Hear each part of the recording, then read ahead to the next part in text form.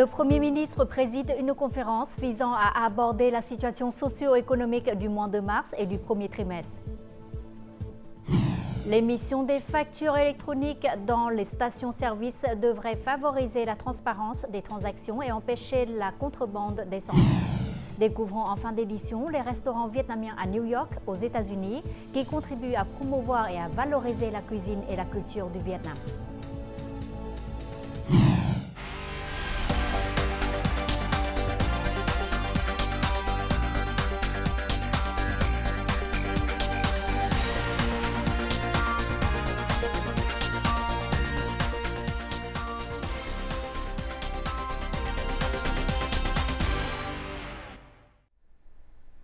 Mesdames et messieurs, bonjour, bienvenue au journal francophone. Le Premier ministre Phạm Minh Chính a présidé ce 3 avril à Hanoï une conférence visant à aborder la situation socio-économique du mois de mars et du premier trimestre. Le chef du gouvernement a souligné que la situation socio-économique ces derniers temps avait continué sur la lancée du redressement. Au premier trimestre, le PIB a enregistré une croissance de 5,66%, soit un record depuis 2020. La macroéconomie est demeurée stable, l'inflation a été maîtrisée, les grands équilibres ont été maintenus et l'excédent commercial a été important. Toutefois, il reste encore de nombreux défis à surmonter, tels que la pression de l'inflation, les risques latents des marchés financiers et monétaires, ainsi que l'instabilité géopolitique mondiale. C'est pourquoi, pour atteindre l'objectif d'une croissance de 6,5% cette année, les services compétents devront surmonter toutes les difficultés, améliorer l'environnement des affaires, garantir la macroéconomie et rendre transparent le marché immobilier et celui des capitaux. Le Premier ministre Phạm Minh Chính vient de signer le télégramme officiel numéro 29 du 1er avril sur l'achèvement des procédures d'investissement pour les projets à moyen terme pour la période 2021-2025. Il a demandé au ministère, aux agences centrales et aux localités d'achever d'urgence les procédures d'investissement, de garantir les conditions d'organisation des plans d'investissement annuels et de proposer un plan d'investissement supplémentaire pour 2024. Cette proposition doit être envoyée au ministère du Plan et de l'Investissement avant le 10 avril.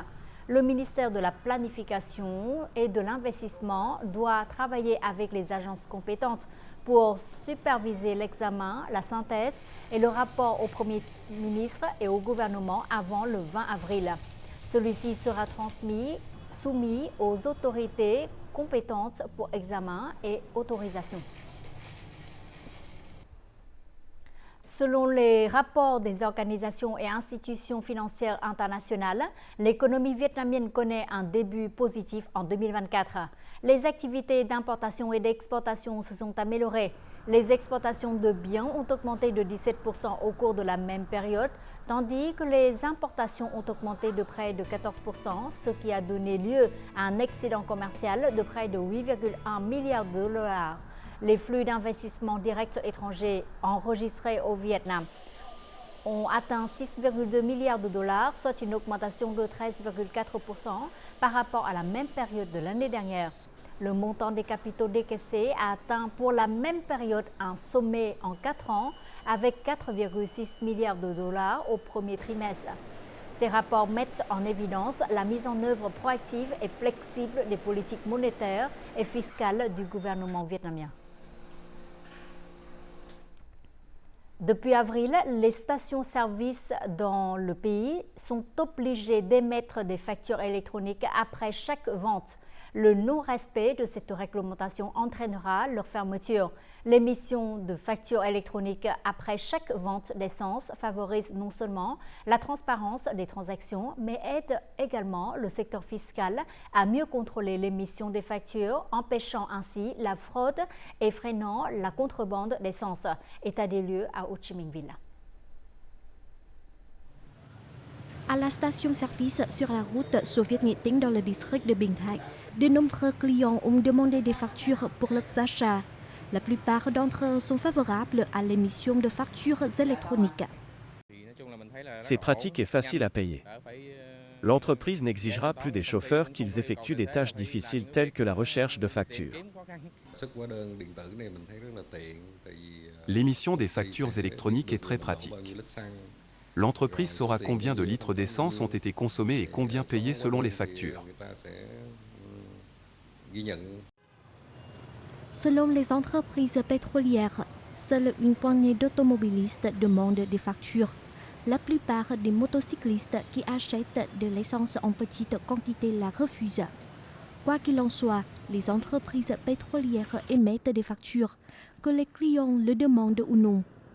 Les pompes à essence sont connectées au système e-gas qui affiche le montant du paiement, la quantité d'essence vendue et l'heure de la vente. Toutes ces données sont ensuite transférées vers le système central. Auparavant, lorsque les stations-service vendaient 100 litres d'essence, ils prétendaient n'en avoir vendu que 10 litres pour réduire la taxe. Ce n'est plus le cas maintenant. Plus ils vendent, plus ils doivent émettre de factures. Cela évite les fausses déclarations ou les sous-estimations. L'émission de factures électroniques pour chaque vente permet non seulement aux clients de gagner du temps, mais garantit également que les entreprises respectent les réglementations. Ces factures sont stockées électroniquement et peuvent être récupérées à la demande des autorités compétentes. Face aux impacts négatifs d'El Niño, le Premier ministre vient de publier la directive numéro 11 visant à renforcer la mise en œuvre des mesures de prévention de la chaleur, de la sécheresse, de la pénurie d'eau et de l'intrusion d'eau salée. Le café, l'un des principaux produits d'exportation du Vietnam, est gravement touché par la sécheresse. Bien que les prix du café aient atteint un niveau record de 95 000 dong le kilo, soit une augmentation d'environ 40% par rapport à l'année dernière, la sécheresse empêche les producteurs d'augmenter leur productivité pour bénéficier des prix. Des centaines d'hectares de café ont cruellement besoin d'eau pour fleurir et fructifier. Sur ce réservoir, seules 2 pompes fonctionnent. Les zones caféières connaissant une grave sécheresse auront la priorité pour obtenir de l'eau. Nous arrosons les caféiers à tour de rôle. Si tout le monde arrose en même temps, il n'y aura pas assez d'eau. La saison sèche dans les hauts plateaux du centre dure jusqu'à fin avril. Mais dans cette zone, plus de 70% de la superficie des caféiers se trouve en dehors de la zone d'irrigation. Il est prévu qu'à la fin de la saison sèche, près de 30 000 hectares de café des hauts plateaux du centre et du sud seront touchés. Les sources d'eau d'irrigation diminuent de jour en jour. La plupart des réservoirs des hauts plateaux du centre contiennent moins de 50% d'eau. 60 petits lacs sont en train de s'assécher. En pleine saison sèche, les économies d'eau dans les réservoirs doivent être calculées pour servir les zones de production. Actuellement, le projet dispose de 2 canaux nord et sud. Les sources d'eau souterraines doivent assurer une eau propre pour approvisionner la population et la production. Les superficies consacrées au café et aux autres cultures industrielles endommagées ou dont la productivité est réduite continueront de fluctuer car elles dépendent de l'eau de pluie. Le ministère de l'Agriculture et du Développement rural recommande aux provinces de suivre de près les prévisions météorologiques pour ajuster les sources d'eau de manière appropriée. Dans la région du centre méridional, la jeune main-d'œuvre remplace progressivement les pêcheurs plus âgés. Ces jeunes sont plus compétentes en informatique et en technologie. Ils peuvent facilement utiliser diverses machines et équipements tels que les appareils de navigation ou les journaux de pêche électronique. Grâce à cela, la mise en œuvre de mesures de lutte contre la pêche illicite non déclarée et non réglementée, INN, devient plus efficace. Tout de suite, reportage réalisé dans la province de Phú Yên où de nombreux jeunes deviennent capitaines de grands bateaux de pêche. Cet homme de 22 ans a plus de 3 ans d'expérience dans la pêche au thon dans les eaux de Trường Sa. Aujourd'hui, il a été nommé capitaine d'un bateau de pêche. En tant que jeune pêcheur, il sait parfaitement comment utiliser les équipements sur les bateaux de pêche, tels que les appareils GPS, les équipements de surveillance et les talkie-walkie. En tant que jeune pêcheur, je peux comprendre et respecter plus facilement les réglementations INN.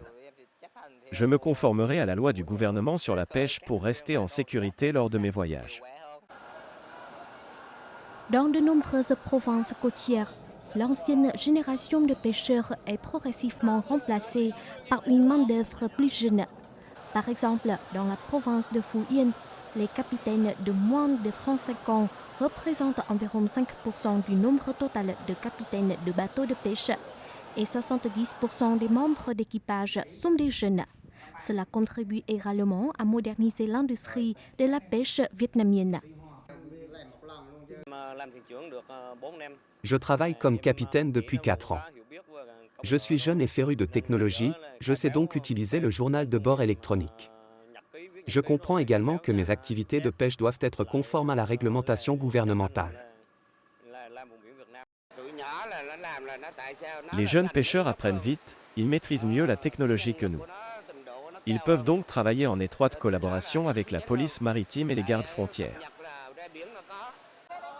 Le respect des réglementations sur la pêche INN est une exigence essentielle non seulement pour le marché européen, mais également pour de nombreux autres marchés. Les jeunes pêcheurs, dotés de détermination et de compétences technologiques, devront appliquer les connaissances acquises auprès de leurs prédécesseurs pour contribuer au développement de l'industrie de la pêche vietnamienne.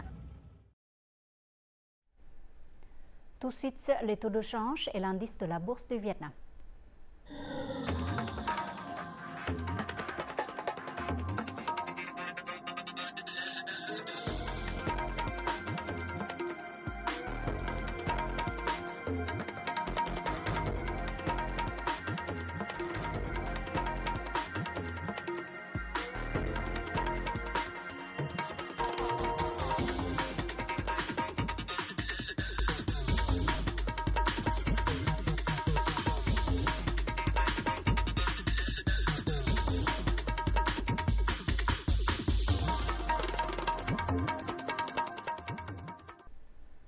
Un séisme d'une magnitude de 7,2 s'est produit ce matin à Taïwan, Chine. Il s'agit du séisme le plus violent survenu sur cette île au cours des 25 dernières années. Selon les autorités locales, au moins 7 personnes ont été confirmées mortes et plus de 700 autres blessées. On estime qu'au moins 77 personnes, y compris des étrangers, sont toujours coincées dans des tunnels et des bâtiments effondrés dans les zones touchées. La recherche des victimes après le tremblement de terre est menée de toute urgence. Des soldats ont été mobilisés pour soutenir les opérations de secours. Les autorités de Taïwan-Chine veillent à fournir des informations précises et une assistance en temps opportun, garantissant ainsi la sécurité de la population, alors que des républiques se reproduisent encore. Actuellement, l'approvisionnement en eau du delta du Mekong est inférieur à la moyenne annuelle. Le temps chaud prolongé exacerbe les pénuries d'eau.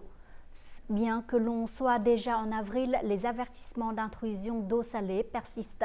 Le débit total d'eau vers le delta du Mekong en avril devrait être inférieur de 10 à 20% au volume habituel pour cette période.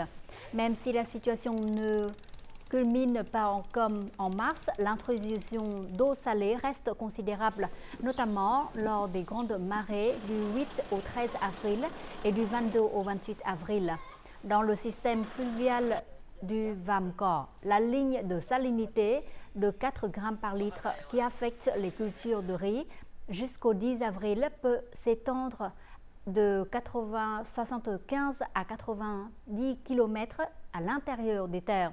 Pendant ce temps, les rivières Cửa Tiểu, Cửa Đại, Hàm Luông, Cổ Chiên et Hậu présentent une salinité sur environ 440 à 65 km.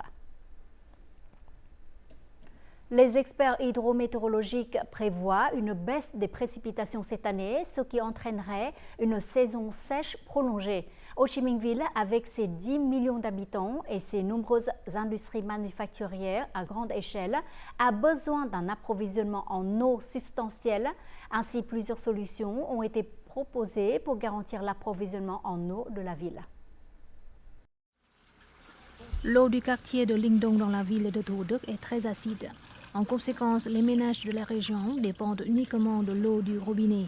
Malgré les récentes interruptions temporaires de l'approvisionnement en eau, les familles locales n'ont pas été touchées de manière significative. L'eau est fournie de 22h à 5h du matin. Notre vie quotidienne n'a donc pas été beaucoup affectée. Actuellement, à Ho Chi Minh Ville, il y a 46 stations de forage, qui étaient auparavant des stations d'approvisionnement en eau. Ces stations répondent aux exigences de sécurité en matière de stockage de l'eau.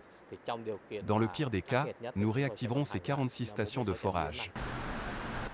Lorsque les incidents surviennent dans le système d'approvisionnement en eau de la ville, la priorité sera donnée aux mesures de secours dans les zones clés. De plus, le traitement de l'eau salée est également effectué régulièrement. La salinité augmente lors des marées hautes. Il y aura des périodes dans la journée où la salinité diminuera. Pour faire face à l'intrusion d'eau salée, nos stations de pompage fonctionneront à leur capacité maximale pour stocker l'eau dans des réservoirs. La Compagnie générale d'approvisionnement en eau de Saigon a proposé diverses solutions à long terme, telles que la construction de réservoirs d'eau brute en amont pour le pré-traitement de l'eau et la réduction des polluants dans la source d'eau grâce à un processus de nettoyage naturel. Il recommande également de construire des réservoirs de stockage souterrains dans la ville pour servir de réserve pour les sources d'eau propre. Au premier trimestre de cette année, la République de Corée était en tête de liste des touristes au Vietnam, avec 1,2 million de visiteurs, soit une fois et demie plus qu'à la même période de l'année dernière. Les visiteurs sud-coréens représentaient à eux seuls plus d'un quart de tous les visiteurs internationaux au cours de cette période. Les données de la plateforme de voyage Agoda révèlent que Da Nang, Nha Trang, Hoi An et Phu Quoc sont les destinations les plus populaires parmi les touristes coréens. Cela indique un intérêt évident de la part des touristes coréens pour les villes côtières et les îles du Vietnam.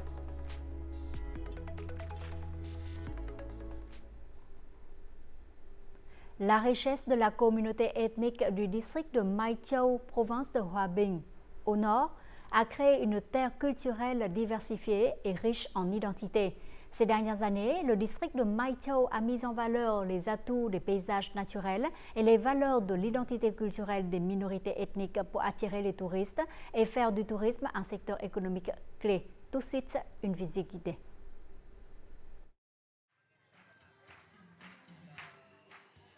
Les champs de la commune de Na Phan, district de Mai Châu, commencent à entrer dans une nouvelle récolte. À cette occasion, de joyeux tapotements résonnent souvent autour des maisons. C'est le son de la danse Kiang Long. Depuis fin 2023, cette danse du peuple thaï à Mai Châu est reconnue comme patrimoine culturel immatériel national. Nous dansons souvent le Kiang Long lors des grandes fêtes de notre ethnie. Avant, on dansait seulement le week-end. Mais désormais, avec le développement du tourisme, on enseigne cette danse tous les jours aux touristes. J'aime l'atmosphère paisible ici. J'adore marcher et visiter des villages pour découvrir la culture locale. Grâce à ces avantages, la commune de Na Phan a sensibilisé la population à la préservation et à la promotion de la valeur du patrimoine culturel de l'ethnie thaï. À ce jour, cette localité compte 19 familles d'accueil et de resorts. Elle a aussi créé 22 groupes de spectacles pour préserver les chants et les danses. Je veux préserver la mélodie du peuple thaï. Notre club compte plus de 30 membres avec des hommes et des femmes de tous âges. Le club fonctionne très efficacement. Le temple Langbon de l'ethnie thaï dans la commune de Chiang Châu était autrefois en danger de disparition. Mais grâce à l'attention du parti, de l'État et des autorités locales, ce lieu a été officiellement restauré en 2014. Aujourd'hui, ce temple est devenu un lieu d'activité religieuse pour les gens en vacances. Cet endroit a été restauré pour être plus spacieux et plus beau. Depuis que la commune a commencé à construire de nouvelles zones rurales, la vie des gens s'est beaucoup améliorée, tant matériellement que spirituellement. En 2023, Mai Châu figurait sur la liste des 10 endroits les plus conviviaux du Vietnam par le Traveler Review Award. Ce succès montre en partie l'efficacité de la mise en œuvre du développement touristique à Hoa Binh.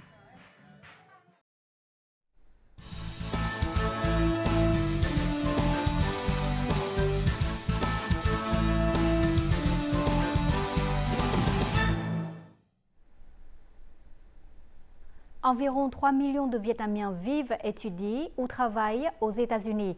Avec le développement rapide de la communauté vietnamienne dans ce pays, la cuisine vietnamienne est devenue de plus en plus populaire auprès des convives américains. Il y a actuellement près de 8000 restaurants vietnamiens à travers les États-Unis, dont plus de 100 à New York. Ăn chơi, đi ăn đi, Hanoi Social, Hai Lúa ou Madame Vo, les célèbres restaurants vietnamiens de New York contribuent à promouvoir et à revaloriser la cuisine et la culture du Vietnam.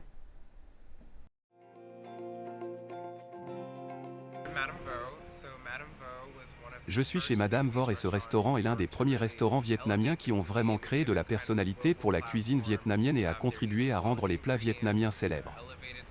Depuis son ouverture en 2017, le restaurant est devenu la destination préférée de nombreux New-Yorkais, notamment des célébrités.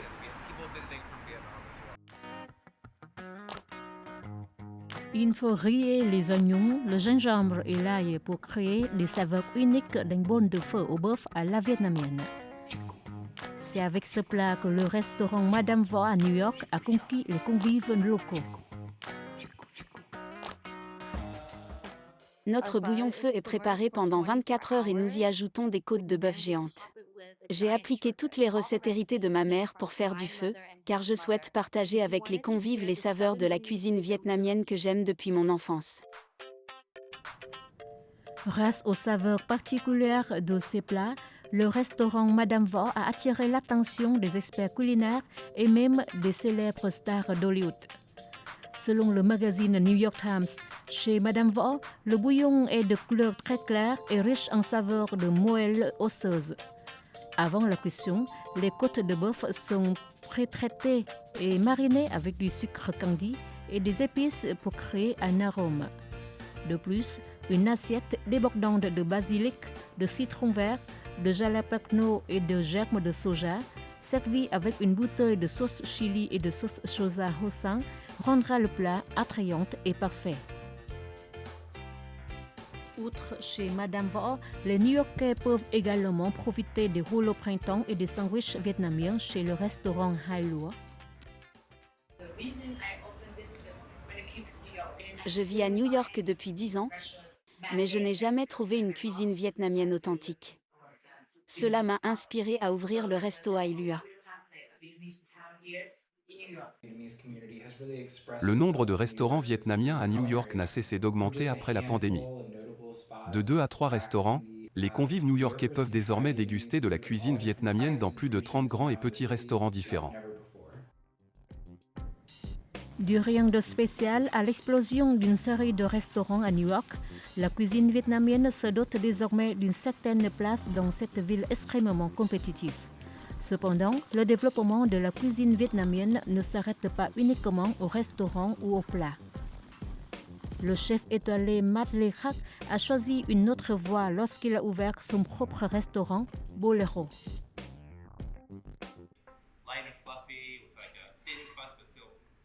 Je pense que ce qui fait la différence de la cuisine vietnamienne, c'est que chaque plat est accompagné d'herbes fraîches. N'importe quel bol de pho ou de nouilles au bœuf Win comprend de nombreux types d'herbes différents, ce qui permet de créer différentes aventures pour les convives. Et c'est ainsi que mon restaurant Bolero contribue à revaloriser la cuisine vietnamienne. Qu'il s'agisse des ingrédients uniques ou de la technique de cuisine, nous nous efforçons d'offrir aux convives des plats et des expériences inoubliables.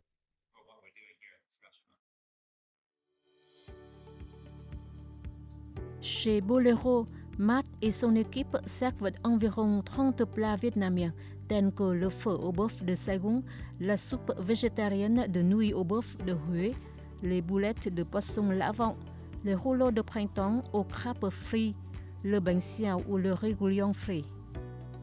Le restaurant Bolero a été sélectionné comme le meilleur restaurant élu par les touristes en 2022, selon un classement organisé par TripAdvisor, le plus grand site web de conseil aux voyageurs au monde.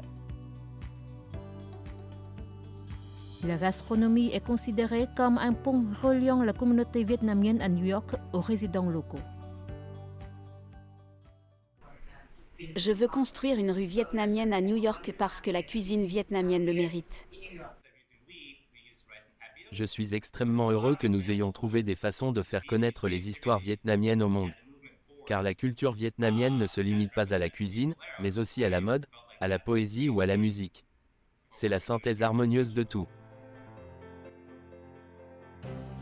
Les premiers succès de la cuisine vietnamienne à New York ont prouvé le talent, la créativité et la résilience des Vietnamiens, qu'ils soient nés au Vietnam ou non. Dans la ville des rêves, ils ont retrouvé foi en leurs racines et ce sont eux qui ont pour mission particulière de faire connaître la cuisine vietnamienne au monde. Découvrons tout de suite les prévisions météo.